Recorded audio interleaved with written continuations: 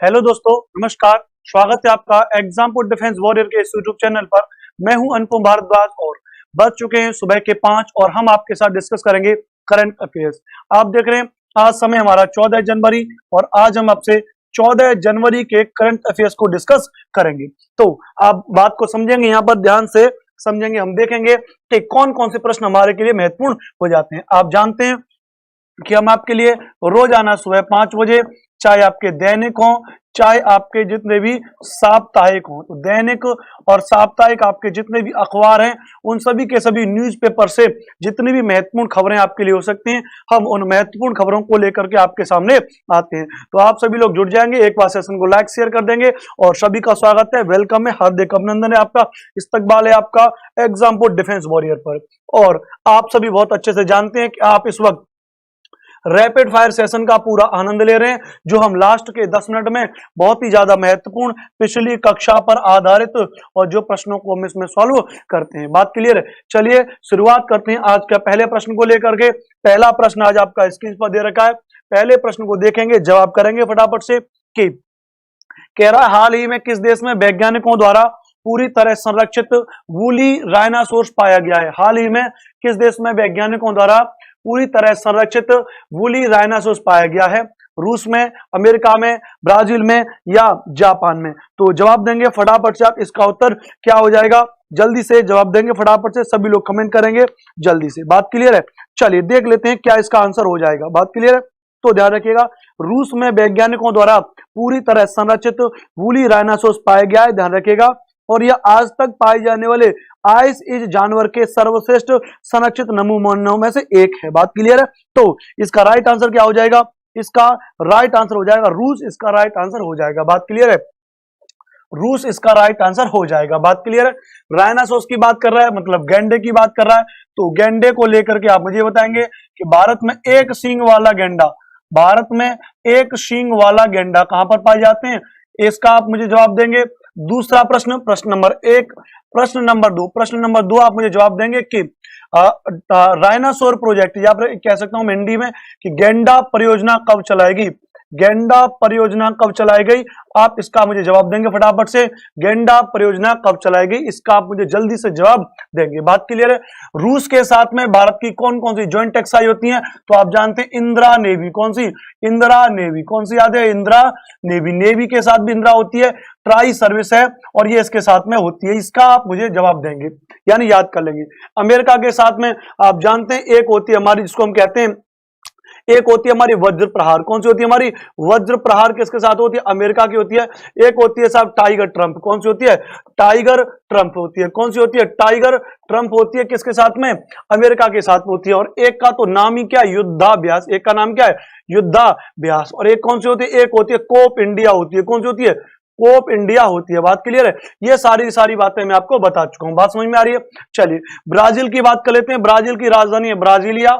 Brazil की राजधानी क्या है? ब्राजीलिया इसकी राजधानी है। सॉरी, ब्राजील इसकी राजधानी नहीं, मतलब ब्राजीलिया इसका प्रमुख शहर है, राजधानी भी है। और ब्राजील की बात क्या कर सकते हैं? ब्राजील में आप जानते हैं, ब्राजील में एक घास के मैदान बहुत ज्यादा प्रमुख हैं और ब्राजील की और भी बहुत सारी बातें। अमेजन के जंगल भी यहीं के आसपास पाए जाते हैं। अमेजन के जंगल, अमेजन के जंगल जहां दुनिया की सबसे ज्यादा जैव विविधता पाई जाती है, अमेजन के जंगलों में। यह बात आप यहां पर समझ जाएंगे। जापान की बात आप जानते हैं, जापान की कैपिटल है टोक्यो। जापान की कैपिटल क्या है? टोक्यो। और जापान मुख्यतः 4 द्वीपों से मिलकर के बना हुआ है, जिसमें एक है होकेडो, दूसरा है होन्सू, होकेडो, होन्सू, और तीसरा है क्यूसू, होकेडो, होन्सू, क्यूसू, और चौथा है शिकोकू। कौन सा है? शिकोकू।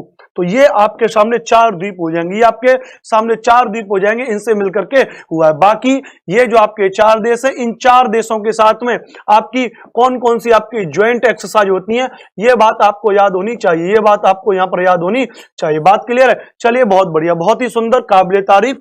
अगले प्रश्न की बात करेंगे। अगला प्रश्न दे रहा है, खबरों में रहा शब्द रेट टेल क्या है? चक्रवात है, रोबोटिक वैन है, एक चित्रकला है, एक टेलीकॉम PSU है। बताइए what is the word rate tail in the news? बताइए इसका आंसर क्या हो जाएगा? जल्दी से बताइए फटाफट से, इसका आंसर क्या हो जाएगा? बात क्लियर है? चलिए बहुत बढ़िया।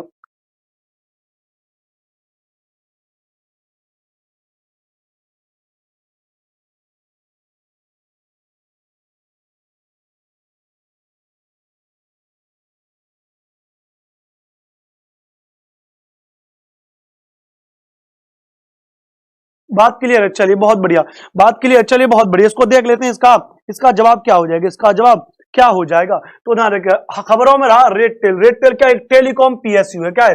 Telecom PSU, public sector unit. Telecom PSU है, इसका नाम क्या है? रेड टेल है। और इस रेड टेल की स्थापना की गई थी सन 2000 में। कब इसकी स्थापना की गई थी? सन 2000 में इसकी स्थापना की गई थी, ध्यान रखिएगा। बात क्लियर। इसका हेडक्वार्टर कहां पर है? इसका हेडक्वार्टर है गुड़गांव। इसका हेडक्वार्टर कहां पर है? गुड़गांव, हरियाणा। गुड़गांव हरियाणा में इसका हेडक्वार्टर है। गुड़गांव हरियाणा में क्या इसका हेडक्वार्टर है? किसका? रेड टेल का हेडक्वार्टर कहां पर है? गुड़गांव हरियाणा में इसका हेडक्वार्टर है। इस बात को आप ध्यान से समझ लीजिएगा। बात क्लियर है? इस बात को आप यहां पर ध्यान से समझ लीजिएगा। बात करें, आप जानते हैं यह है क्या? तो भारतीय रेलवे के टेलीकॉम पीएसयू रेड टेल ने सरकार द्वारा संचालित ग्रामीण स्कूलों में स्मार्ट कक्षाएं चलाने के लिए प्रस्ताव दिया है। मतलब ये टेलीकॉम पीएसयू का, इसके द्वारा क्या हो सकता है? ग्रामीण क्षेत्रों में स्मार्ट कक्षाओं को चलाया जाएगा। बात समझ में आ रही? तो ये आपके सामने हो जाएगा, ये आपके सामने हो जाएगा। बात क्लियर है? यहां तक ये बात क्लियर है। चलिए बहुत बढ़िया, बहुत बढ़िया। अगले प्रश्न पर चलेंगे, इनके बारे में आप याद कर लेंगे, इनके बारे में आप याद कर लेंगे। चक्रवात के बारे में अगर आप खुद से तैयार कर सकते हैं, मैं आपको रोजाना कुछ ऐसे टॉपिक बताता हूं जो आप खुद से भी तैयार कर सकते हैं। अगर आपको ज्यादा पढ़ना शौक है, कहने का मतलब है आप ये चाहते हैं कि आपके पास ज्यादा से ज्यादा नॉलेज हो, तो आप इसको भी पढ़ सकते हैं। आप यहां पर चक्रवात को पढ़ सकते हैं, यानी साइक्लोन को पढ़ सकते हैं। ध्यान रखिएगा, साइक्लोन को जब आप पढ़ेंगे तो भारत में इस वक्त, भारत में सन 2020 में बहुत सारे क्या आए? चक्रवात आए थे भारत में। सन 2020 में भारत में बहुत सारे चक्रवात आए थे। तो आप उन चक्रवातों के नाम याद कर सकते हैं, उनको पढ़ सकते हैं। बात क्लियर है? चलिए बहुत बढ़िया, बहुत ही शानदार, काबिले तारीफ। अगले प्रश्न पर बात करेंगे। हाल ही में किस यूरोपीय देश ने महिलाओं के सैनिटरी उत्पादों पर वैल्यू एडेड टैक्स को समाप्त कर दिया है? किसको समाप्त कर दिया है? वैल्यू एडेड टैक्स, वैट को समाप्त कर दिया। किसको समाप्त कर दिया है? वैट को समाप्त कर दिया। वैल्यू एडेड टैक्स को समाप्त कर दिया। वैल्यू एडेड टैक्स को समाप्त कर दिया है। ठीक है, अब इन टैक्स के बारे में तो हम नहीं चर्चा करेंगे क्योंकि इकोनॉमिक्स का है, लेकिन फिर भी थोड़ी बहुत चर्चा अब यहां पर कर लेंगे। तो हाल ही में किस यूरोपीय देश ने महिलाओं के सैनिटरी उत्पादों पर वैल्यू एडेड टैक्स को समाप्त कर दिया? यह काम करने वाला देश है कौन सा? ब्रिटेन ऐसा करने वाला देश है। ब्रिटेन ऐसा करने वाला क्या है? एक देश है, ध्यान रखिएगा। तो ब्रिटेन ने महिलाओं के सैनिटरी उत्पादों पर वैल्यू एडेड टैक्स को समाप्त कर दिया है। इससे पहले ही यह स्कूलों, कॉलेजों और अस्पतालों में मुफ्त सैनिटरी उत्पादों को रोल आउट कर चुका था। यूरोपीय संघ के शेष सदस्य भी मासिक धर्म से संबंधित उत्पादों पर भी वैट दर को 5% से कम नहीं कर सकते हैं, क्योंकि उन्हें लग्जरी आइटम के रूप में वर्गीकृत किया गया है। बात क्लियर है? तो यह बात क्लियर है। और आपको बता दें, स्कॉटलैंड पहले ही एक विधेयक पारित कर चुका है जो सार्वजनिक भवनों में महिलाओं को सैनिटरी प्रोडक्ट्स की मुफ्त सार्वभौमिक और जो पहुंच प्रदान करता है। बात क्लियर है? तो ये आपके सामने इसका क्या हो जाएगा? ये आपके सामने इसका कुछ विश्लेषण हो जाएगा। ये आपके सामने इसका कुछ विश्लेषण हो जाएगा। बात क्लियर है? इसको ऐसा करने वाला एक देश है ब्रिटेन। इसको ऐसा करने वाला देश कौन सा है? ब्रिटेन। और मैंने आपको बताया था ब्रिटेन, यानी ब्रिटेन, मैंने आपको बताया था कि कभी कभी हमें एक देश देखने को मिलता है जिस देश का नाम है इंग्लैंड। कभी कभी हमें एक देश देखने को मिलता है जिसका नाम है वेल्स। सॉरी, कभी कभी ऐसे बताते हैं, कभी कभी खबरों में रहता है इंग्लैंड, खबरों में रहता है इंग्लैंड रहता है। कभी कभी शब्द रहता है ब्रिटेन, खबरों में रहता है ब्रिटेन। कहीं कहीं हम देखते हैं यूके। क्या देखते हैं? यूके यानी यूनाइटेड किंगडम। कभी कभी हम देखते हैं ग्रेट ब्रिटेन शब्द भी हम देखते हैं, ग्रेट ब्रिटेन शब्द भी हम देखते हैं। तो ये ज्योग्राफी का मोस्ट इंपोर्टेंट है। मोस्ट इंपोर्टेंट का मतलब है कि बच्चों को हमेशा इसकी जानकारी लगी रहती है कि आखिरकार ये हो क्या क्या है। तो इंग्लैंड अपने आप में क्या है? स्वतंत्र है। इंग्लैंड अपने आप में बिल्कुल स्वतंत्र है। लेकिन ध्यान रखिएगा, जब ये तो हो जाएगा इंग्लैंड, ये हो जाएगा इंग्लैंड, और जब इस इंग्लैंड के साथ एक देश मिल जाता है जिस देश का नाम है वेल्स, इंग्लैंड के साथ एक देश मिल जाता है वेल्स, तो उसको क्या कहते हैं? वो कहलाता है हमारा ब्रिटेन। वो क्या कहलाता है? हमारा ब्रिटेन कहलाता है। इंग्लैंड के साथ में जब वेल्स मिल जाता है तो वो क्या कहलाता है? उसको ब्रिटेन कहते हैं। जब इंग्लैंड वेल्स के साथ में एक देश और मिल जाता है, यदि स्कॉटलैंड एक देश मिल जाएगा, कौन सा देश? स्कॉटलैंड यदि इसके साथ में एक देश मिल जाएगा तो इसको कह देंगे हम, क्या कह देंगे? ग्रेट ब्रिटेन कह देंगे। क्या कह देंगे? ग्रेट ब्रिटेन कह देंगे। इसको भी ये बात भी ध्यान रखिएगा। और यदि इंग्लैंड, वेल्स, स्कॉटलैंड के साथ में एक देश और मिल जाएगा, उत्तरी आयरलैंड, कौन सा देश मिल जाएगा? अरे बोलो हाँ या ना? उत्तरी आयरलैंड यदि मिल जाएगा तो इन चारों का संयुक्त रूप, क्या कहलाता है? यूके कहलाता है। इन चारों का संयुक्त रूप क्या कहलाता है? यूके कहलाता है। क्या कहलाता है? यूके कहलाता है। बात क्लियर है? बहुत बढ़िया, बहुत ही बढ़िया, बहुत ही शानदार एकदम से।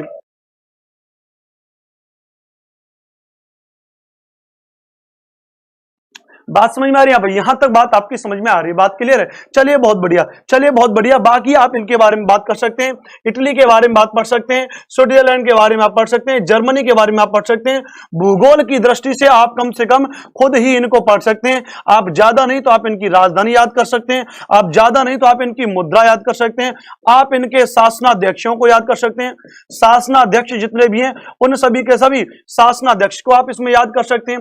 भूगोल की दृष्टि से अगर कुछ चीजें आपको याद हो, जैसे इटली में दो ज्वालामुखी बहुत प्रमुख है, इटली में दो ज्वालामुखी बहुत प्रमुख है। जैसे एक ज्वालामुखी है स्ट्राम्बोली, एक ज्वालामुखी कौन सा है? स्ट्राम्बोली है। यहां पर एक स्ट्राम्बोली ज्वालामुखी है, यहां पर एक किलायू ज्वालामुखी है। तो आप इनको भी कुछ एक्स्ट्रा चीजों को भी याद करते चलेंगे। करंट का मतलब केवल ये नहीं है कि तत्काल की चीजों को ही पढ़ा जाए, चीजों का मतलब है कि हम उसको static GK, geography, history, polity के साथ मिला करके पढ़ते रहे। बात क्लियर है? जर्मनी के बारे में पढ़ सकते हैं, जर्मनी का तानाशाह था जिसका नाम था हिटलर, उसके बारे में पढ़ सकते हैं। आप एक गाड़ी का नाम सुनते हैं, गाड़ी का नाम है BMW। BMW दुनिया की मतलब सबसे ज्यादा महंगी कारों में शामिल है BMW। वो BMW कार कौन से देश की है? जर्मनी देश की है, जिसका नाम है बावेरिया मोटर वर्क्स। तो ये भी आप चीजें यहाँ पर कुछ याद कर सकते हैं। बात क्लियर है? बहुत बढ़िया, बहुत ही शानदार। अगले प्रश्न की तरफ चलेंगे। विश्व ब्रेल दिवस कब मनाया था? वर्ल्ड ब्रेल डे कब मनाया था? 2 जनवरी, 3 जनवरी, 4 जनवरी, 5 जनवरी। When is World Braille Day celebrated? तो इसके बारे में आप मुझे कमेंट करेंगे, फटाफट से जल्दी बताएंगे इसका क्या हो जाएगा। एक बार सेशन को लाइक शेयर सब्सक्राइब जरूर कर देंगे, चीजों को एक बार लाइक कर देंगे, शेयर कर देंगे जिन्होंने भी अभी तक शेयर नहीं किया। बात क्लियर? इसका उत्तर देंगे जल्दी से।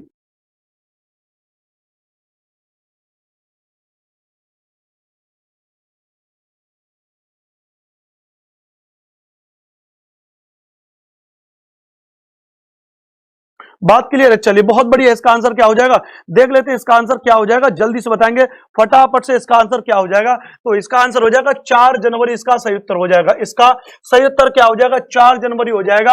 अब ये विश्व ब्रेल दिवस क्यों मनाया था? ध्यान रखिएगा, एक व्यक्ति था इनका नाम था लुई ब्रेल। क्या नाम था? लुई ब्रेल जिनका नाम था। इन्होंने ही एक लुई पद्धति से एक ब्रेल पद्धति का आविष्कार किया था। किसका आविष्कार किया था? ब्रेल पद्धति का आविष्कार किया था। इस ब्रेल पद्धति का मतलब क्या था? इसमें एक बोर्ड पर इस तरीके से कुछ अक्षर उभरे होते हैं, कुछ अक्षर, जहां तक मुझे जानकारी उसके आधार पर बता रहा हूं, कुछ अक्षर उभरे होते हैं। इसके आधार पर जो हमारे, जो कहने का मतलब है, जो लोग जिनकी आंखों की दृष्टि नहीं होती है, आंखों से दृष्टिहीन, या जो भी हमारे दृष्टिहीन लोग हैं, वे सभी के सभी दृष्टिहीन लोग भी क्या कर सकते हैं? पढ़ सकते हैं। क्या कर सकते हैं? पढ़ सकते हैं। दृष्टिहीन लोग भी क्या कर सकते हैं? पढ़ सकते हैं। तो इसके बारे में भी ये बात इन्होंने खोज की थी। तो इसलिए विश्व ब्रेल दिवस लुई ब्रेल के जन्म दिवस के अवसर पर 4 जनवरी को मनाया जाता है। कब मनाता है? 4 जनवरी को मनाया जाता है। और बहुत सारी बातें अब लुई ब्रेल के बारे में कलेक्ट कर सकते हैं, इनको पढ़ सकते हैं, वरना धीरे धीरे तो हम आपको बहुत सारी चीजें सिखाई देंगे। अगला प्रश्न, हाल ही में कौन सा देश गर्भपात को 14वें सप्ताह तक वैध बनाने वाला सबसे बड़ा लैटिन अमेरिकी देश बन गया है? गर्भपात को, किसको? Recently which country has become the largest Latin American country to legalise abortion of 14 week, यानी 14वें सप्ताह तक हम क्या करा सकते हैं? अबॉर्शन करा सकते हैं, उसको कानूनी रूप से उसने मान्यता देने वाला देश बन गया। बताइए क्या आंसर हो जाएगा?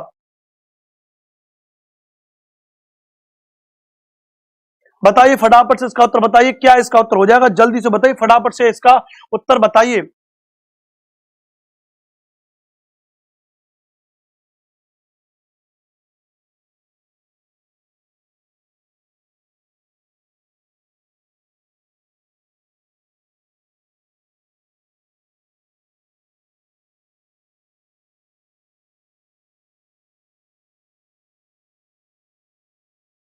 बात क्लियर है? चलिए देख लेते हैं इसका उत्तर क्या हो जाएगा। तो ध्यान रखिएगा, इसका उत्तर हो जाएगा अर्जेंटीना। इसका उत्तर क्या हो जाएगा? अर्जेंटीना इसका उत्तर हो जाएगा। ध्यान रखिएगा, हाल ही में कौन सा देश गर्भपात को 14वें सप्ताह तक वैध बनाने वाला सबसे बड़ा लैटिन अमेरिकी देश बन गया? तो उसका आंसर है दक्षिण अमेरिका। इसका आंसर है अर्जेंटीना। और अर्जेंटीना जो, ध्यान रखिएगा, दक्षिण अमेरिका महाद्वीप का एक देश है। दक्षिण अमेरिका महाद्वीप का एक देश है अर्जेंटीना। इसकी राजधानी ब्यूनस आयर्स। इसकी राजधानी क्या है? ब्यूनस आयर्स इसकी राजधानी क्या है? ब्यूनस आयर्स इसकी राजधानी है। और अगर आपने अपने पिछला वाला सीडीएस का पेपर देखा होगा तो आप देखेंगे ब्यूनस आयर्स कौन सी नदी के तट पर बसा हुआ है? तो ला प्लाटा नदी। कौन सी नदी? ला प्लाटा नदी, जिसको चांदी की नदी, चांदी रिवर कहते हैं। क्या कहते हैं इसको? चांदी नदी कहते हैं। उसके तट पर ये ब्यूनस आयर्स स्थित है और ये अर्जेंटीना की राजधानी है। ये अर्जेंटीना की राजधानी, ध्यान रखिएगा। और जो हमारे अर्जेंटीना के चीफ में, अर्जेंटीना के जो राष्ट्रपति हैं, उनका नाम है अल्बर्टो फर्नांडीज। अल्बर्टो फर्नांडीज ने इस चीज को अनुमति दी है। कौन है हमारे? अल्बर्टो।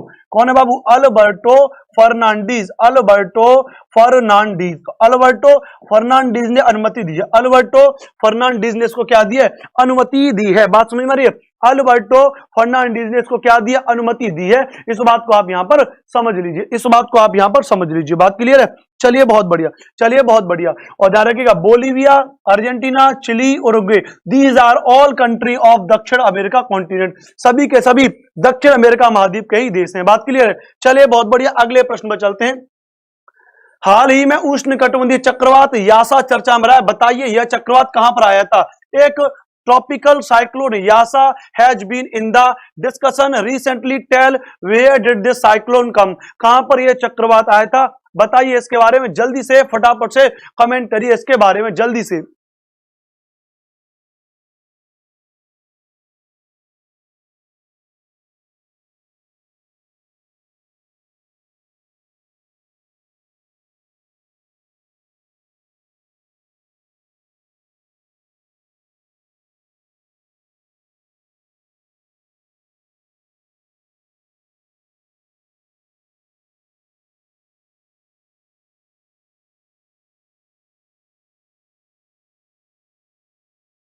बात क्लियर है?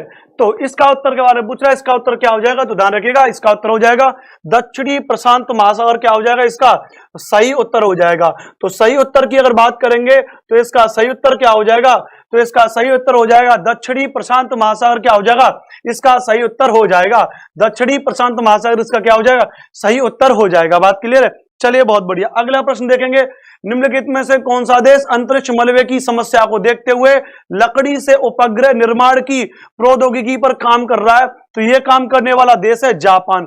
जापान ने इस काम पर काम किया है कि जितने भी टेक्नोलॉजी के काम किए जा रहे हैं, कौन सा? स्पेस टेक्नोलॉजी पर काम किया जा रहा है। स्पेस टेक्नोलॉजी पर काम किया जा रहा है। तो स्पेस टेक्नोलॉजी में क्या होता है कि हम जितने भी काम करते हैं उसमें क्या होता है? अंतरिक्ष में मलबा शुरू हो रहा है, अंतरिक्ष में मलबा हो रहा है, ध्यान रखिएगा। तो उसके लिए क्या किया जा रहा है? लकड़ी से द्वारा निर्मित चीजों पर काम किया जा रहा है। तो यह काम करने वाला देश है जापान। बात क्लियर है? बहुत बढ़िया, बहुत ही शानदार। साउथ एशिया जर्नल में प्रकाशित एक रिपोर्ट के अनुसार दुनिया भर में अध्ययन के लिए 130 शहरों में किस शहर में प्रति वर्ग किलोमीटर और प्रति 1000 जनसंख्या पर अधिकतम सीसीटीवी कैमरे या सीसीटीवी कवरेज है? इसके बारे में आपसे पूछ रहा है। तो बताइए इसका सही उत्तर क्या हो जाएगा? तो ध्यान रखिएगा, इसका सही उत्तर हो जाएगा चेन्नई। इसका क्या हो जाएगा? सही इसका उत्तर हो जाएगा चेन्नई। क्या हो जाएगा? इसका राइट आंसर हो जाएगा। हाल ही में साउथ एशिया जर्नल में प्रकाशित एक रिपोर्ट के अनुसार दुनिया भर में अध्ययन किए गए 130 शहरों में चेन्नई में प्रति वर्ग किलोमीटर और प्रति 1000 आबादी पर अधिकतम सीसीटीवी कवरेज है। बात क्लियर है? और आप सब जानते हैं कि रिपोर्ट के अनुसार दुनिया का पहला सीसीटीवी कैमरा 1942 में जर्मनी में स्थापित किया गया था। बात क्लियर है? बहुत बढ़िया, बहुत ही बढ़िया, बहुत ही सुंदर बात। और ध्यान रखिएगा, चेन्नई में प्रति वर्ग किलोमीटर में 657 कैमरे हैं, 657 कह रहे हैं। बात क्लियर है? जो इसे निगरानी के मामले में दुनिया का नंबर 1 शहर बनाता है। तो सबसे पहली बात, सीसीटीवी कैमरे कहां पर लगे? तो 1942 में जर्मनी में लगे सबसे पहले सीसीटीवी। क्लोज सर्किट टेलीविजन होता है सीसीटीवी। और सीसीटीवी की बात करेंगे तो कहां पर लगे? सबसे पहले जर्मनी में लगे 1942 में। और यहां पर चेन्नई में प्रति वर्ग किलोमीटर में कितने? 657 कैमरे, जो इसको दुनिया में निगरानी की दृष्टि से क्या बनाता है? नंबर 1 बनाता है। क्या बनाता है? नंबर 1 बनाता है। बात समझ में आ रही है? तो इसका ये उत्तर हो जाएगा, इसका ये उत्तर हो जाएगा। बात समझ में आ रही है? बहुत बढ़िया, बहुत ही शानदार, बहुत ही शानदार। अगले प्रश्न पर बात करेंगे। अगला प्रश्न आपके सामने, निम्नलिखित में से किसने असम में 120 मेगावाट पनबिजली संयंत्र के निर्माण के लिए 231 मिलियन डॉलर का ऋण देने पर हस्ताक्षर किए? New development bank, world bank, IMF, एशियाई विकास बैंक। तो ध्यान रखिएगा, इसका सही उत्तर हो जाएगा एशियन डेवलपमेंट बैंक ने। किसने बाबू? एशियन डेवलपमेंट बैंक, एशियाई विकास बैंक ने। याद कर लेंगे इसको, आप सभी याद कर लेंगे फटाफट से कि एशियाई विकास बैंक ने असम में 120 मेगावाट पनबिजली संयंत्र के निर्माण के माध्यम से बिजली उत्पादन क्षमता बढ़ाने के लिए 231 मिलियन डॉलर का ऋण देने की बात कही है। किसने? एशियन डेवलपमेंट बैंक ने किसको देने की बात की है? असम को देने की बात की है। यह असम पावर सेक्टर निवेश के लिए बात के लिए। ये बात आप समझ में आ रही है? बात समझ में आ रही है? तो ये बात आपके लिए यहां पर काम हो जाएगी, ये बात आपके लिए यहां पर काम हो जाएगी। बात क्लियर है? बहुत बढ़िया, बहुत बढ़िया, बहुत ही सुंदर बात, बहुत ही सुंदर बात। चलिए आगे बात करते हैं, अगले प्रश्न पर बात करेंगे। इसके बारे में एशियाई विकास बैंक के बारे में आप याद कर लेंगे, एडीबी के बारे में आप याद कर लेंगे। आप पता करेंगे एडीबी की स्थापना कब हुई, बताइए, इसका हेडक्वार्टर कहां पर है, इसके चीफ कौन है, तो इन सब चीजों को आप यहां पर याद कर लेंगे। बहुत बढ़िया, बहुत ही सुंदर बात। हाल ही में किसे Steel Authority of India SAIL के चेयरपर्सन के रूप में नियुक्त किया गया? ये तो प्रश्न मैंने आपको पहले भी करा दिया, सोमा मंडल को नियुक्त किया गया, तो इसके बारे में बहुत ज्यादा जानकारी भी लेना जरूरी नहीं है। हाल ही में किस देश की सरकार ने अपने राष्ट्रगान में कुछ बदलाव करने का निर्णय लिया? अगर आपको याद हो तो रात को 10 बजे वाली जो हम करंट अफेयर्स करते थे उसमें मैं इस प्रश्न को आपको करा चुका हूं, बहुत डिटेल में करा चुका हूं। तो आज तारीख यानी 14 तारीख और 13 को मैंने कराया था, यानी मैंने आपको 12 तारीख को जो रात को 10 बजे करंट अफेयर्स कराई थी, वहां पे आप जाकर के उसको पढ़ सकते हैं, समझ सकते हैं। तो आप देखेंगे इसको मैंने आप डिटेल में कराया। ऐसा करने वाला देश है कौन सा? ऑस्ट्रेलिया ऐसा करने वाला पहला देश है। चलिए बहुत बढ़िया। हाल ही में किसे रेलवे बोर्ड के नए अध्यक्ष और सीईओ के रूप में चुना गया? विजय कुमार, अस्मिता सिंह, सुनीता शर्मा या आरजू खान? किसको चुना गया है? सुनीता शर्मा को चुना गया। किसको चुना गया? सुनीता शर्मा को चुना गया है। तो इसका राइट आंसर हो जाएगा सुनीता शर्मा, इसका सही उत्तर हो जाएगा। क्या हो जाएगा? सुनीता शर्मा इसका सही उत्तर हो जाएगा। क्या हो जाएगा? सुनीता शर्मा इसका क्या हो जाएगा? सही उत्तर हो जाएगा। बात क्लियर है? तो सुनीता शर्मा को रेलवे बोर्ड के नए अध्यक्ष और सीईओ के लिए चुना गया है। बात समझ में आ रही है आपकी? तो ये आपका इसका सही उत्तर हो जाएगा, ये इसका क्या हो जाएगा? सही उत्तर हो जाएगा। ये इसका क्या हो जाएगा? सही उत्तर हो जाएगा। बात समझ में आ रही है? चलिए अगले प्रश्न पर चलेंगे। अगला प्रश्न आपके सामने हो जाएगा, पेट्रोलियम, प्राकृतिक गैस और इस्पात मंत्री धर्मेंद्र प्रधान ने निम्नलिखित में से किसके लिए मिस्ड कॉल की सुविधा शुरू की है? यह भी प्रश्न मैंने आपको करा दिया है। सोलर पैनल ग्राहक, इस्पात कंपनी कर्मचारी, एलपीजी ग्राहक, डीटीएच ग्राहक। जो एलपीजी ग्राहक हैं उसके लिए क्या किया है? मिस्ड कॉल सुविधा दी है, मिस्ड कॉल सुविधा दी है। मिस्ड कॉल करने पर आपके घर पर क्या आ जाएंगे? आपके घर पर ही एलपीजी वाले आएंगे, आपके घर पर ही एलपीजी वाले आ जाएंगे। बात समझ में आ रही है? तो यह बात आपकी यहां पर समझ में आ जाएगी, यह बात आपकी यहां पर समझ में आ जाएगी। बात क्लियर बाबू? बहुत बढ़िया, बहुत शानदार। हाल ही में पेट्रोलियम, प्राकृतिक गैस और इस्पात मंत्री धर्मेंद्र प्रधान ने एलपीजी ग्राहकों के लिए मिस्ड कॉल की सुविधा शुरू की है। ध्यान रखिएगा, इसके लिए बुकिंग करने के लिए अब आपको इस नंबर का उपयोग कर सकते हैं। वो नंबर भी आप देख सकते हैं क्या नंबर होता है, तो ध्यान रखिएगा वो नंबर भी इन्होंने एक दे दिया है, 8454955555। तो ये वो नंबर है, इस पर आप क्या कर सकते हैं? एलपीजी, इस पर आप क्या कर सकते हैं? एलपीजी को जो क्या कर सकते हैं? बुक कर सकते हैं। बात क्लियर है? बहुत बढ़िया, बहुत ही शानदार बात, बहुत ही शानदार बात। ध्यान रखिए। अगले प्रश्न पर चलते हैं। अगला प्रश्न आपके ध्यान सामने है। अगला प्रश्न क्या कह रहा है? अगले प्रश्न को बात कर लेते हैं। कह रहा हाल ही में किसने रिलायंस इंडस्ट्री पर 40 करोड़ का जुर्माना लगाया? रिलायंस इंडस्ट्री पर किसने लगाया? World Trade Organisation, Reserve Bank of India, भारतीय प्रतिभूति विनिमय बोर्ड, एचडीएफसी बैंक। किसने इस पर लगाया? किस पर? रिलायंस इंडस्ट्री पर लगाया गया। आप देख रहे हैं प्राइवेट सेक्टर में रिलायंस का बहुत अच्छा योगदान है। मैं आपको रिलायंस के बारे में पहले भी कई बार बता चुका हूं। रिलायंस ही है वो है जिसकी दो क्या है? दो निजी क्षेत्र की रिफाइनरी है, दो निजी क्षेत्र की रिफाइनरी है, जो कहां पर है? गुजरात के जामनगर में। कहां पर है? गुजरात के जामनगर में है। वास्तव में अगर देखा जाए तो भारत में 3 निजी क्षेत्र की रिफाइनरी हैं, जिनमें से 2 तो जामनगर में रिलायंस के द्वारा है और एक जामनगर का ही है वादीनर। एक गुजरात की एक जगह वादीनर और एक वादीनर में किसकी है? एसआर ग्रुप की है। किसकी है बाबू? एसआर ग्रुप की है। तो ये आपके सामने कुछ अतिरिक्त जानकारी हो जाएंगी, क्योंकि भारत में कितनी तेल रिफाइनरी है? वर्तमान में 24 तेल रिफाइनरी भारत में कार्यरत हैं, तो उन्हीं में से रिलायंस भी है। तो रिलायंस पर 40 करोड़ का जुर्माना लगाया हमारे किसने? World Trade Organisation, Reserve Bank of India, भारतीय प्रतिभूति विनिमय बोर्ड यानी security exchange board of India, इसको शॉर्टकट में कहते हैं सेबी कहते हैं। क्या कहते हैं? सेबी कहते हैं। Securities exchange board of India ने इस पर लगाया। किसने लगाया? Security exchange board of India ने इस पर लगाया। ध्यान रखिएगा। तो आप सब जानते हैं हाल ही में भारतीय प्रतिभूति विनिमय बोर्ड सेबी ने रिलायंस इंडस्ट्री पर 40 करोड़ का जुर्माना लगाया। सेबी ने यह जुर्माना रिलायंस पेट्रोलियम के शेयरों के व्यापार के संबंध में लगाया। किसके लगाया? व्यापार के संबंध में लगाया। बात क्लियर? और आप जानते हैं कि भारतीय प्रतिभूति और विनिमय बोर्ड की स्थापना 12 अप्रैल 1952 को हुई थी। कब हुई थी? 1992।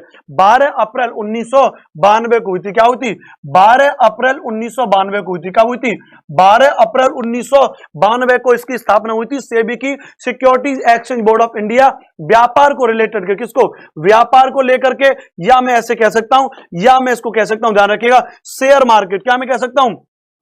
अगर मैं आपसे बात करूं तो शेयर मार्केट में, जो भी शेयर मार्केट है उसको डील कौन करता है? शेयर मार्केट को कंट्रोल करता है SEBI securities exchange board of India. उसे नहीं, रिलायंस के जो व्यापार शेयर का मामला है, व्यापार का जो शेयर मार्केट है, उसी में गड़बड़ी के तहत 40 करोड़ रुपए का जुर्माना लगा दिया है। बात समझ में आ रही है? और ऑप्शन है वर्ल्ड ट्रेड ऑर्गेनाइजेशन यानी WTO, इसके बारे में आप मुझे लिख करके बताएंगे। Reserve Bank of India, RBI के बारे में आप लिख करके बताएंगे। आप HDFC बैंक के बारे में लिख करके बताएंगे। RBI 1 अप्रैल 1935 को इसकी स्थापना हुई। हिल्टन यंग आयोग की सिफारिश पर क्या की गई? इसकी स्थापना की गई। ये बातें मैंने आपको सर में बता दी थी। ओसबोर्न स्मिथ के बारे में बता दिया था, पहले इसके जर्नल थे सर ओसबोर्न स्मिथ, और CD देशमुख स्वतंत्रता के बाद इसके पहले जनरल गवर्नर थे, और अभी इसके शक्तिकांत दास अभी इसके गवर्नर हैं। ये सारी बातें ऐसे आप WTO के बारे में बताएंगे। वर्ल्ड ट्रेड ऑर्गेनाइजेशन विश्व व्यापार संगठन है। दुनिया में जितना भी व्यापार होता है उसको ट्रेड कौन करता है? उसको कौन देखता है? तो उसको देखता है WTO। चलिए बहुत बढ़िया, अगले प्रश्न पर चलते हैं। रक्षा अनुसंधान एवं विकास संगठन DRDO का स्थापना दिवस कब मनाया था? 1 जनवरी, 2 जनवरी, 3 जनवरी या 4 जनवरी? फटाफट से इसके बारे में कमेंट करिए, फटाफट से इसके बारे में बताइए। इसका सही आंसर क्या हो जाएगा? जल्दी से बताइए इसका सही आंसर क्या हो जाएगा, ध्यान रखिएगा। तो आप जानते हैं कि 1 जनवरी 1958 को, 1 जनवरी 1958 को किसका स्थापना किया गया था? DRDO का किया गया था। तो इसका सही उत्तर हो जाएगा 1 जनवरी, DRDO।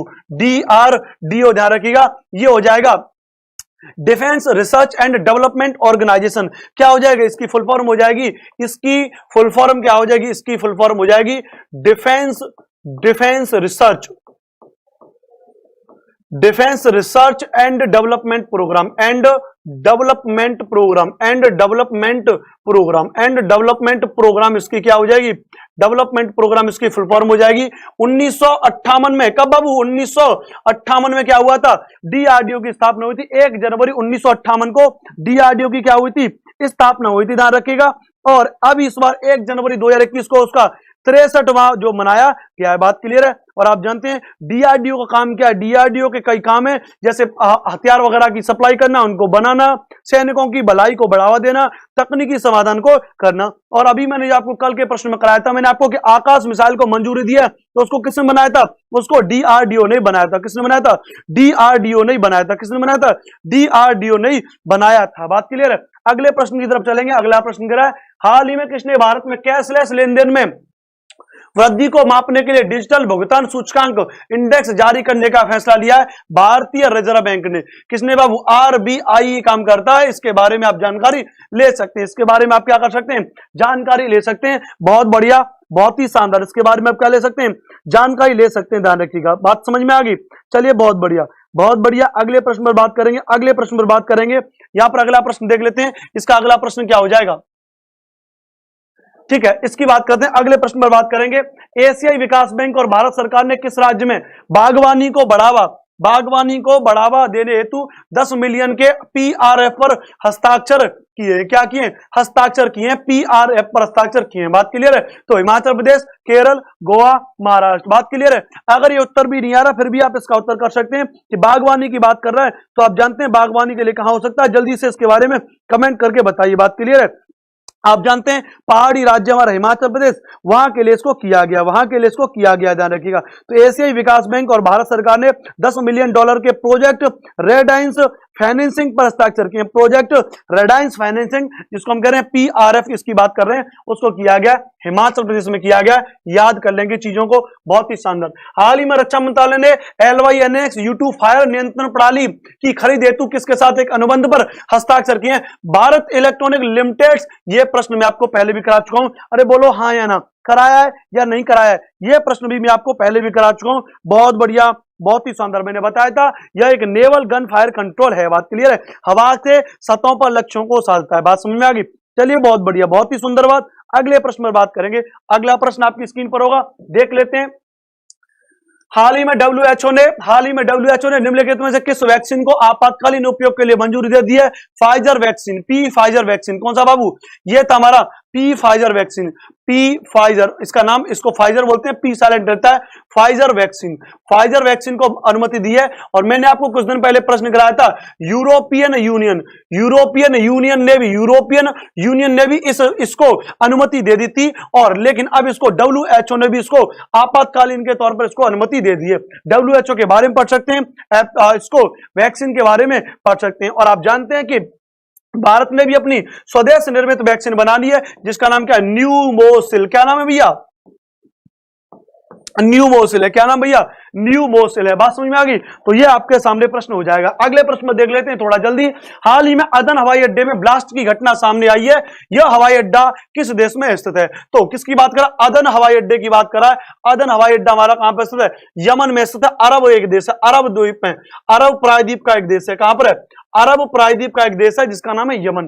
जिसका नाम क्या है? यमन है। अरब प्रायद्वीप का एक देश है जिसका नाम है यमन, और उसका यह देश है जहां पर, और यह ब्लास्ट क्यों हुआ है इसकी घटना हालांकि अभी सामने नहीं आई है। बात क्लियर है? अब आप देख सकते हैं वहां पर अरब प्रायद्वीप के बारे में आप देख सकते हैं। ये जो अरब प्रायद्वीप है वहां पर इस तरीके से एक इस साइड में कहां पर लाल सागर है, अदन की खाड़ी, ओमान की खाड़ी, उनके बारे में आप बात कर सकते हैं। मैप को जाकर के आप देख सकते हैं बाबू। बात क्लियर है? बहुत बढ़िया, बहुत ही सुंदर बात। और ये रहा हमारा करंट अफेयर्स का रैपिड फायर सेशन। एक बार सेशन को लाइक से जरूर करेंगे। बहुत बढ़िया, बहुत ही शानदार बात, बहुत ही शानदार बात। रैपिड फायर सेशन की तरफ चलेंगे। बताइए, हाल ही में राष्ट्रपति द्वारा 4 न्यायाधीशों को मुख्य न्यायाधीश बनाया गया। बताइए, राष्ट्रपति को यह शक्ति संविधान के किस अनुच्छेद के तहत दी जाती है? तो मैंने आपको बताया था अनुच्छेद 217 के तहत यह अनुमति दी जाती है। किसके तहत? अनुच्छेद 217 के तहत, अनुच्छेद 217 के तहत दी जाती है। कोलार की गुफाओं में चमगादड़ की प्रजातियों को बचाने के लिए संरक्षण योजना तैयार की जा रही है। बताइए, यह गुफाएं कहां पर हैं? तो यह गुफाएं बेटा मैंने आपको कराई थी कर्नाटक में। एक्सप्लेनेशन के लिए कल की वीडियो को जाके देख सकते हैं। जुको घाटी के बारे में बात कर तो नागालैंड और मणिपुर की सीमा पर है। नागालैंड और मणिपुर की सीमा पर है। मैंने आपको इसके बारे में बता दिया था। नासा का स्पेसक्राफ्ट इंटरनेशनल स्पेस स्टेशन से आगामी 6 जनवरी को प्रस्थान करेगा। इस स्पेसक्राफ्ट का नाम किस अंतरिक्ष यात्री की याद में रखा गया? तो मैंने आपको बताया था कल्पना चावला। कल्पना चावला भारतीय मूल की प्रथम महिला थी जो अंतरिक्ष में गई। इसके बारे में बात करा दिया था। किस देश का सैटेलाइट एसडीसैट आम लोगों में अंतरिक्ष के प्रति जागरूकता फैलाने के मकसद में विश्व के आम लोगों का नाम स्पेस में लेकर के जाएगा? यह काम भारत के अलावा कोई नहीं कर सकता है। S D Satish Dhawan, S set यानी सैटेलाइट, तो एस डी सेट का मतलब है सतीश धवन। कौन सा हो गया बेटा? Satish Dhawan satellite, Satish Dhawan satellite, Satish Dhawan satellite. बात क्लियर है? चलिए, बहुत बढ़िया। ग्लोबल प्रवासी भारतीय स्टार किस मंत्रालय के द्वारा लॉन्च किया गया था? ये सब प्रश्न मैंने आपको करा दिए थे। बीते दिनों केंद्रीय मंत्रिमंडल ने आकाश मिसाइल सिस्टम को निर्यात करने की मंजूरी दी है। यह मिसाइल है कैसी भैया? मैंने आपको बताया था यह मिसाइल सतह से हवा में मार करने वाली है। सतह से हवा में मार करने वाली है। 25 किलोमीटर की रेंज है। क्या भैया? 25 किलोमीटर की रेंज है। भारत का पहला स्वदेशी एयर ड्रॉपेबल कंटेनर सहायक एनजी किसके द्वारा विकसित किया गया? यह भी प्रश्न मैंने आपको करा दिया था। आप चेक कर सकते हैं जाकर के। पूर्वोत्तर भारत का एकमात्र अदरक प्रसंस्करण प्लांट बड़ीपुर में प्लांट किस राज्य में स्थित है जिसे पुनर्जीवित किया गया? मैंने आपको बताया था मणिपुर का री भोई जिला है। कौन सा भैया? मणिपुर का री भोई जिला है, जिसके बारे में मैंने आपको बता दिया था। बहुत बढ़िया, बहुत ही शानदार। ये बात मैंने आपको यहां पर करा दी थी। आप जाकर के देख सकते हैं कि इसका उत्तर मैंने आपको बताया था कि मणिपुर का कौन सा था? री भोई जिला था। बात क्लियर है? बहुत बढ़िया। सॉरी, मेघालय का कौन सा था? मेघालय का री भोई जिला था। आई एम सॉरी बाबू, मेघालय का री भोई, मेघालय का री भोई था। बात क्लियर है? हाल ही में भारत के राष्ट्रपति द्वारा डिजिटल गवर्नेंस में उत्कृष्ट लाने के लिए प्लेटिनम अवार्ड दिया गया सुप्रीम कोर्ट की ई समिति को। सुप्रीम कोर्ट की ई समिति को, सुप्रीम कोर्ट की ई समिति को दिया गया। सुप्रीम कोर्ट की ई समिति को दिया गया है। खबरों में इंडियन SARS-CoV-2 जीनोम, इसके बारे में विश्लेषण देख लेना। तो ये आपके सामने होगा। सेशन आपको कैसा लगा जल्दी से बताएंगे, एक बार कमेंट करेंगे फटाफट से, जल्दी से।